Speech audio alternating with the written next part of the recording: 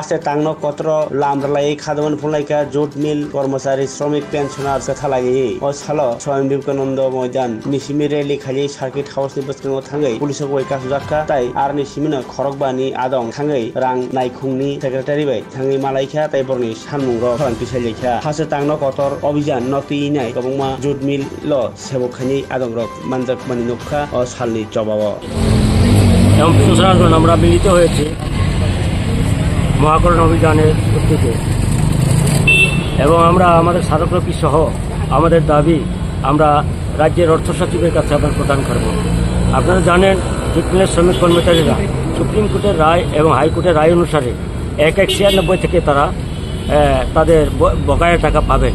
এই টাকা দেওয়ার ক্ষেত্রে ১ বছর গত হলেও এখনো পর্যন্ত কর্তৃপক্ষ এই টাকাটা মিটিয়ে দিচ্ছেন না এবং আমরা জেনেছি যে সরকার নাকি এই টাকাটা আংশিকভাবে দিচ্ছেন এবং কিছু কিছু শ্রমিককে আবার পাইয়েও দিচ্ছেন।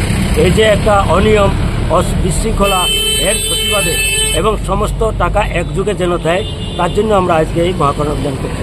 আপনারা জানেন ১/১৯৯৬-তে মোট ১,৬৪৭ জন শ্রমিক এই সুবিধা পাবেন। এই সুবিধা পাওয়ার ক্ষেত্রে এটা শুধু তাই নয়, যতদিন দেরি করবেন 6% সুদও দিতে হবে তাদেরকে।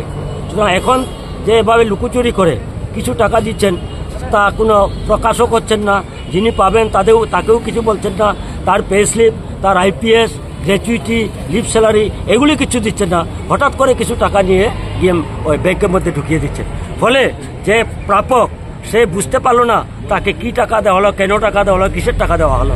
এই যে লুকোচুরি, তারই প্রতিবাদে আজকের আমাদের অভিযান। আমরা মাননীয় অর্থ সচিবকে আমরা সব খুলে বলবো যে এইভাবে লুকোচুরি সরকারি টাকা বিলি করতে লুকোচুরি হবে কেন। এবং আমরা পেনশনার, আমরা জানি না, তারা পত্রপত্রিকাতে এই সমস্ত কিছু প্রকাশ করছেন না। এই জন্য আমরা আজকে এই অভিযান করছি। আমরা অর্থ সচিবকে এই সমস্ত বিষয়ে আমরা খুলে বলবো।